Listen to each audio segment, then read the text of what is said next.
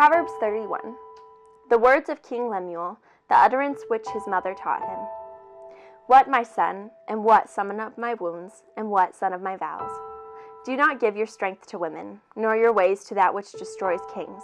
It is not for kings, O Lemuel, it is not for kings to drink wine, nor for princes intoxicating drink, lest they drink and forget the law and pervert the justice of all the afflicted. Give strong drink to him who is perishing, and wine to those who are bitter of heart. Let him drink and forget his poverty, and remember his misery no more. Open your mouth for the speechless, in the cause of all who are appointed to die. Open your mouth, judge righteously, and plead the cause of the poor and the needy. Who can find a virtuous wife? For her worth is far above rubies. The heart of her husband safely trusts her, so he will have no lack of gain. She does him good and not evil all the days of her life. She seeks wool and flax, and willingly works with her hands. She is like the merchant ships. She brings her food from afar. She also rises while it is yet night, and provides food for her household, and a portion for her maidservants. She considers a field and buys it. From her profits she plants a vineyard. She girds herself with strength, and strengthens her arms. She perceives that her merchandise is good, and her lamp does not go out by night. She stretches out her hands to the distaff, and her hands hold the spindle. She extends her hand to the poor. Yes, she reaches out her hands to the needy.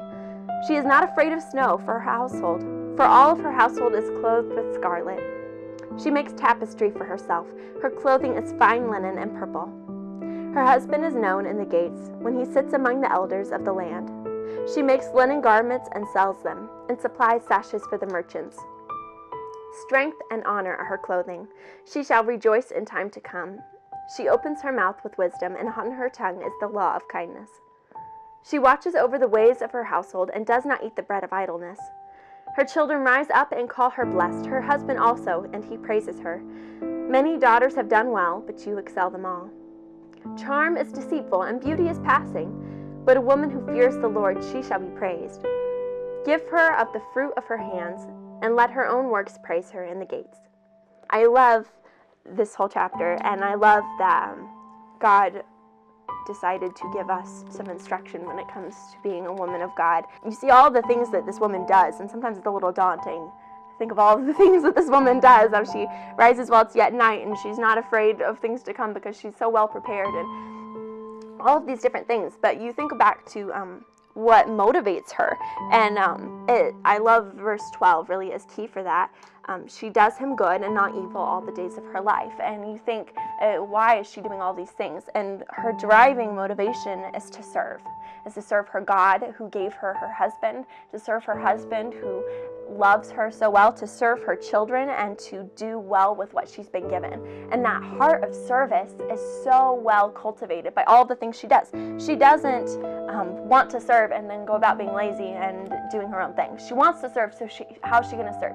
She has these plans, and she carries them out well. And I love that she lives a life that cultivates that heart of service.